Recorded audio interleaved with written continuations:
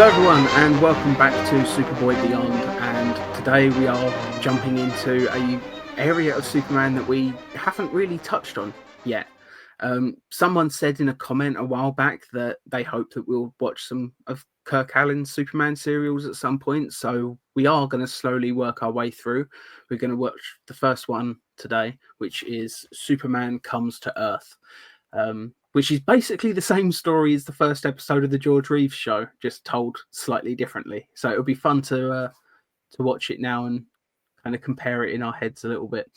Yes. So get your DVD ready. If this is your first time watching one of our episodes, it's not like a typical YouTube reaction video. You're not going to actually see like clips or audio from the episode. There will be a heavily filtered version up there in the middle, but that's purely so you can keep in time with us. You know, somebody knocks at the door, whatever happens, you know, it doesn't really matter. Maybe someone phones you. It just lets you get back in sync with us if you need to pause for whatever reason. So yeah, get your DVDs ready. Obviously, this is the first episode, so it will be on disc 1 of whatever collection you have. If you need to get a digital copy of it, I'm sure you can find it online somewhere for sale. Yeah, so should we just get started? Absolutely. Fantastic. This is Superman, the serial, episode 1. Superman Comes to Earth in 3, 2, 1. Play. I like how it starts with the comic book page. Yep. I've never seen this, so this is going to be fun. Yeah, the comic book page obviously is something that we know Richard Donner did later. Yeah. And the interesting part about it is Kirk Alyn does not get credit in this at all. It says Superman. Huh. I guess that must have been good for the kids. Like, no, this is the Superman. Yeah, except for when he's flying.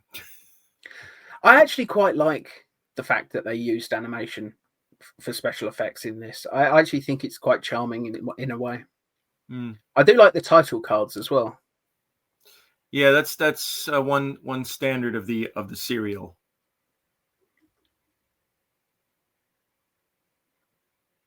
Blimey, those planets were moving. I hope they're not inhabited.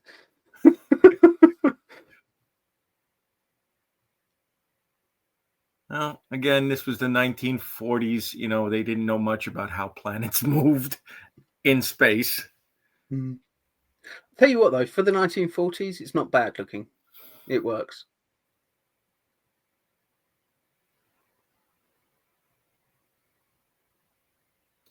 And like every serial, you've got to have a standard shot of the mountains in California. And lots of boulders.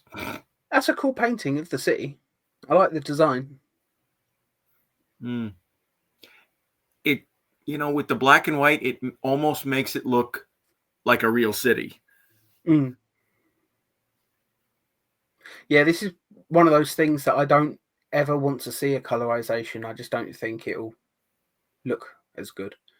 Sometimes black and white works for the projects, you know. That's the thing about Hollywood nowadays. They think that nobody is going to watch something in black and white, and that's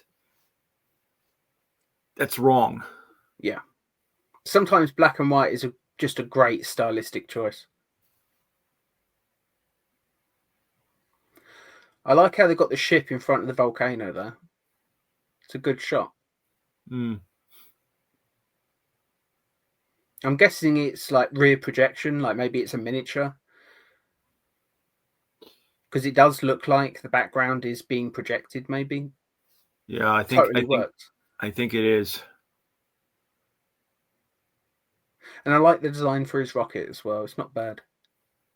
Yeah, very 1940s. Absolutely. Comic book. Oh, and here we have the Kryptonian Council.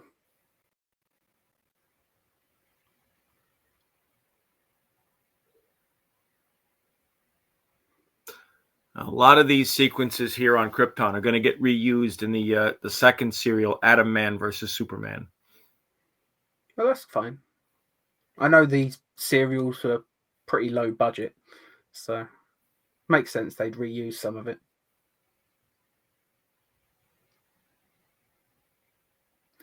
Can't say I like the costumes as much as I did in the George Reeves version. Yeah, it just looks like a bunch of guys wearing robes. Yeah, I quite like his cape though. I like all the design on it. I don't like his so much, just a blank piece of material. Like all the embroidery that was on the other one just looked cool. Jor-El's cape doesn't look good, but I'm guessing as head of the council, he gets the most expensive cape there. Yeah.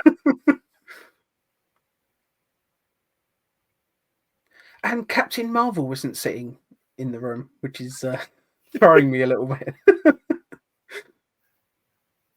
Yeah, for those of you who watched Superman on Earth, the first episode of The Adventures of Superman with George Reeves with us, you'll recall that they reused the costume that Tom Tyler had used in the Adventures of Captain Marvel serial in that episode for one of the council members.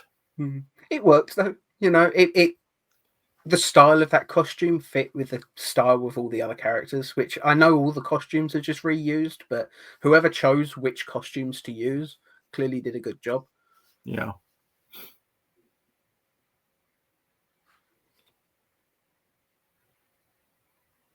Like Jor-El's cape there, I almost think would have just looked better if he actually put it back over his shoulders, more like a Superman style cape. Like it probably would have. Have it closer to his neck better. a little bit. Yeah, it's a little bit low down. Just flip it back. Just flip it back a bit. It would look fine. Plus, if he wore his cape more Superman-like, whereas all the other council members have it differently, it would say like, oh, maybe Kal-El has some of his father's dress sense in how he wears his cape. Maybe that's how Superman's cape is supposed to look, but he doesn't like how it is. Yeah.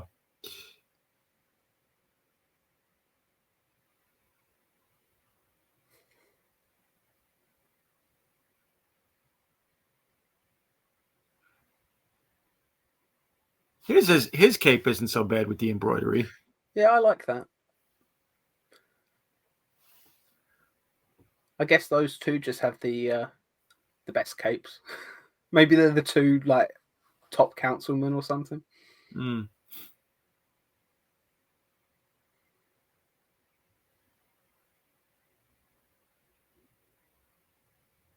mean, they are sitting at either end of the long table, so yeah, maybe they're like the one with the giant chair is probably the head of the council, and the other one's probably like second in command or something. Yeah, probably.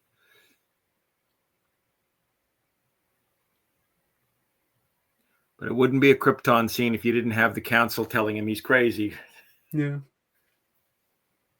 Although I did like what the guy in the white cape said a minute ago. You know, he said like, with your scientific genius, surely you can find a solution for this problem.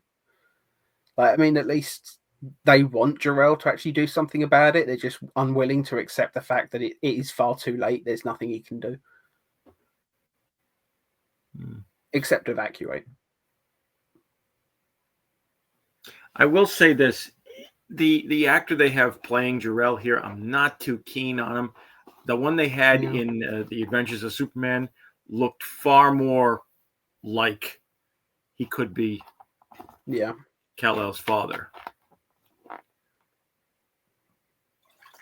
I think his performance is fine. But yeah, he doesn't... Actually, you know, I can kind of see him being the father of Kirk Alyn's Superman. Like, he's a bit of a different look for that character. Whereas the actor they had playing Jor-El in Adventures looks a little bit more like George Reeves. So I guess it makes sense. Yeah.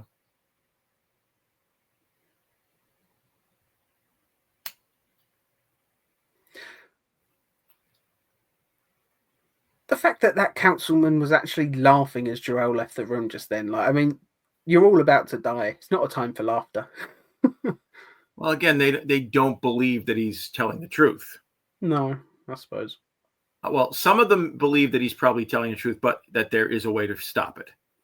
Most of the council just think that he's just full of shit. Excuse my language. I've got to say, I do quite like the miniature of the volcano. They've done a good job with that shot. Mm. The lava did come down the side a little bit too quick. Like, I think lava moves a little bit slower than that typically, but it still works. Mm.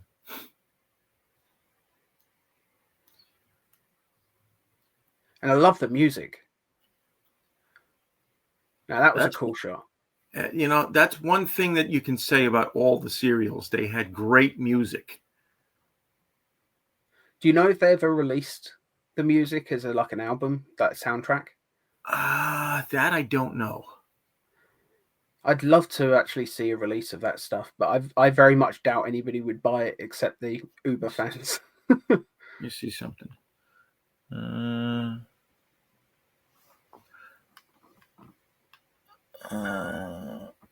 good destruction actually shots. I think the Superman March is available on the DC 75th anniversary CD. I would want like this music, like the destruction of Krypton. Like it's just, yeah, they've got great music happening right now.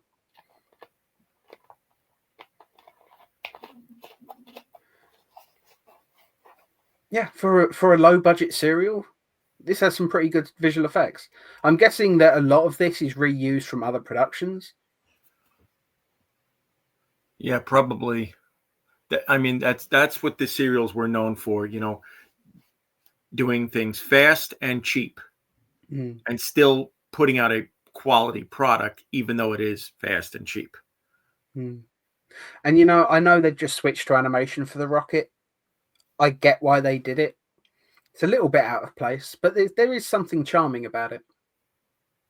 Like I quite liked it in Superman and the Mole Men when Superman briefly turned into an animated character.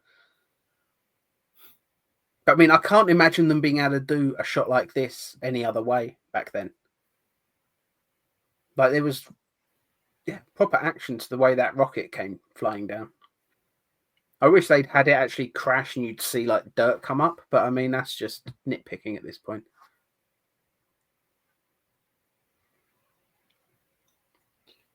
And we're using all stock footage of disasters that have actually occurred on Earth. Yeah.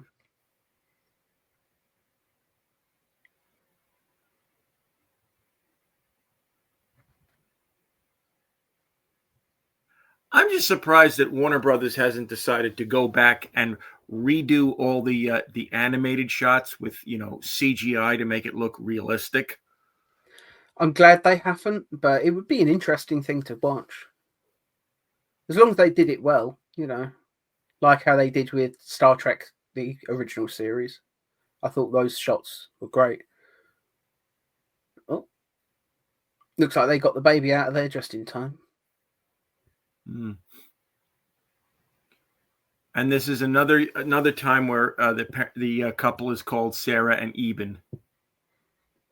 I suppose in the comics they weren't renamed at this point, were they? No, I don't think they actually got named until Superboy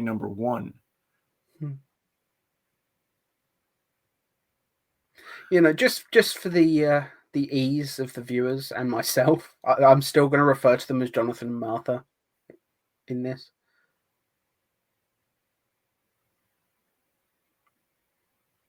I think this is the first time I've seen Jonathan Kent with a mustache, though.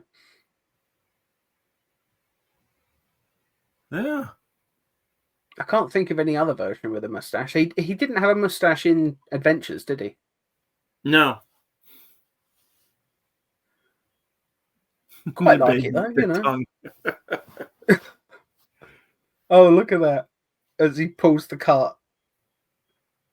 That's a pretty cool shot. I like that. It's nice seeing Clark grow up, even if it is in a montage. In Adventures, they seem to just skip from finding him as a baby to him being George Reeves, didn't they? No, there was a slight teenage bit, wasn't there? Yeah, there was the early teenage bit, like 12, 13. There we are. And I'm a little bit behind you because my DVD kind of slowed up for a second. There's a little glitch. So I'm still at the burning of the ship. Oh.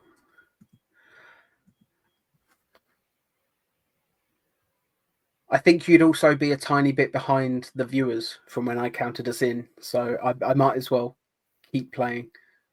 Yep. But yeah, the shot of him pulling the cart was cool. Which I just got up to. Yeah, and then finding the watch in a haystack was fun.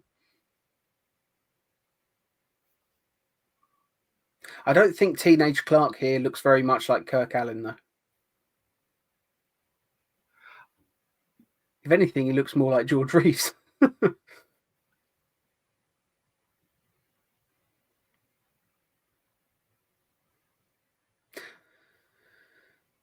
Oh, a tornado. Now, is Jonathan going to die in the tornado while telling Clark to stop and not save him? Is there a dog involved? No. Okay. This is another instance where he has a heart attack. Yeah, you're right. The teenage Clark does not look like Kirk Alyn. He looks more like George Reeves. I'm surprised they didn't reuse shots from this episode for the George Reeves show. You'd think saving money they would, but I guess it was different production company or something. Yep. Probably a copyright issue. That was a cool shot though, with the Clark just grabbed the electric wire and it had all the lightning effects on it and threw it away. And you've got the wind machine here going and stuff. Like, that's a pretty cool shot, very cinematic.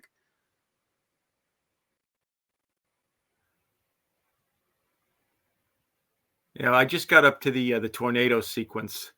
It looks pretty cool. There were video of actual tornadoes that they could have inserted here. For a visual effects shot, I think it works pretty well. Like, it's no Wizard of Oz, which is still, if you look at old films, like Wizard of Oz just had an incredible tornado sequence, but this is pretty damn good. Yeah.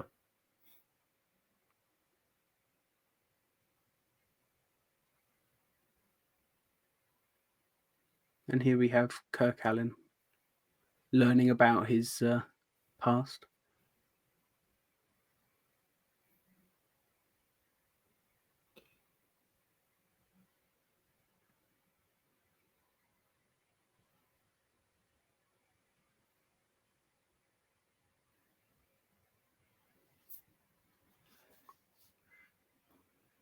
Actually, come to think of it, the young man playing teenage Clark looks more like my uncle when he was that age. I do think now that Kirk Alyn's actually on screen and that, I do think he's got a good look for Superman. He reminds me a little bit of Tyler Hoechlin's Superman. It's funny because a lot of people would say that Tyler Hoechlin didn't look much like Superman in the face, but I actually think him and Kirk Alyn have there's a likeness there. It's obviously it's not that close, but it's close enough. The only part that kind of takes me out of this whole reveal his history thing to them is the fact that they're dressed as farmers and he's in a 3-piece suit. Yeah.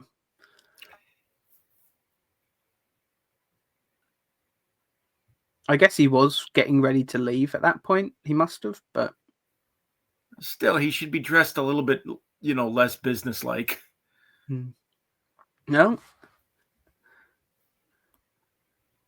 Noel Neal and I guess it's Jimmy. Yeah, the actor playing Jimmy is Tommy Bond, who's best known for playing Butch in the old Little Rascals cartoons.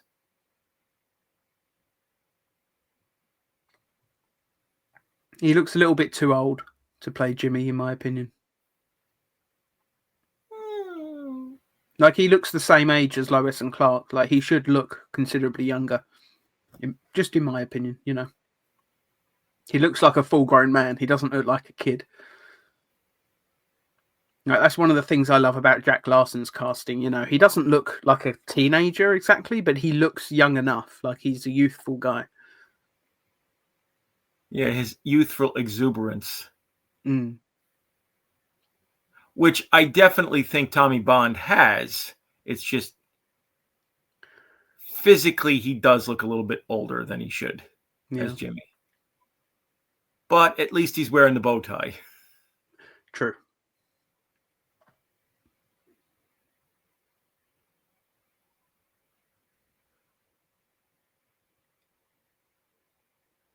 Oh dear. And this serial gives us something in Lois that we don't see until at least the 1970s, film wise. Mm. Long hair. Hmm. Because when Phyllis Coates took over in The Adventures of Superman, short hair. Yeah, it was sort of rounded. Yeah, when Noel came back, short hair. It was a little bit longer. Longer, but it wasn't only a tiny bit though. No, and here, first appearance of Superman, and I do think his costume looks pretty good.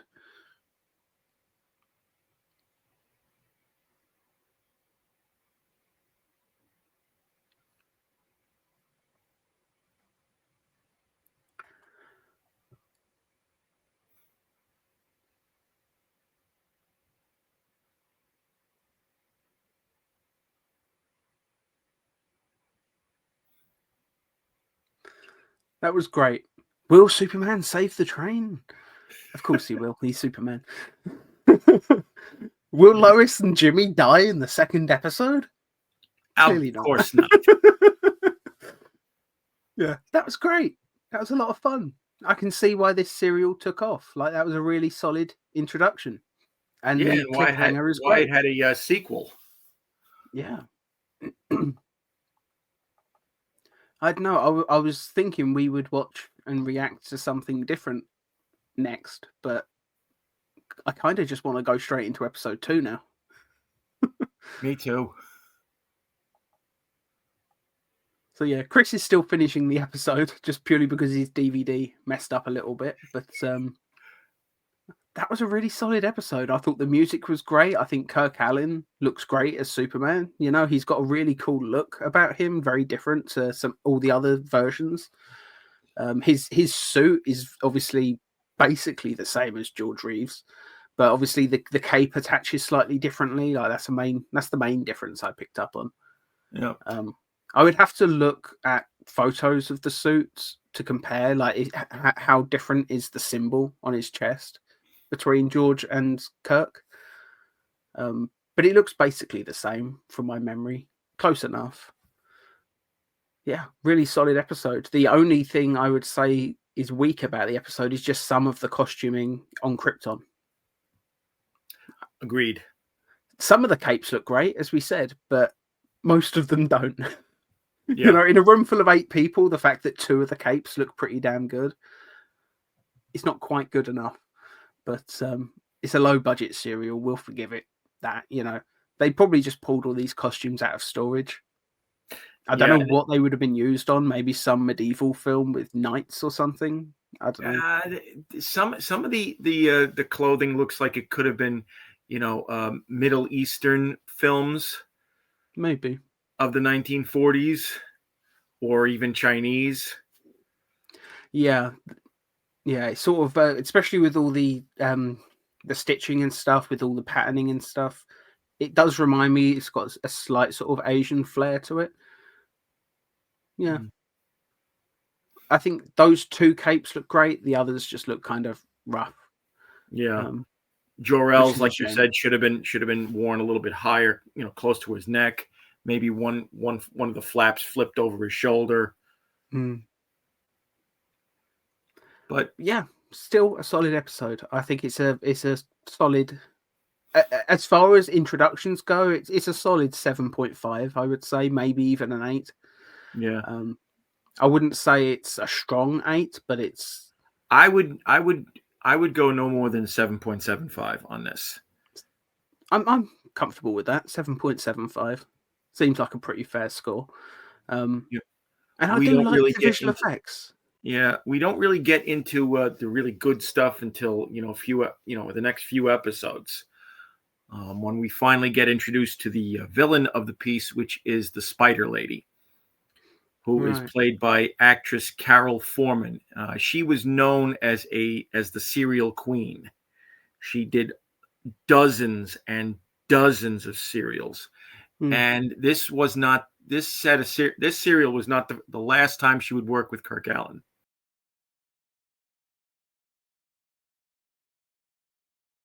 7.75. I think that's a very respectable score.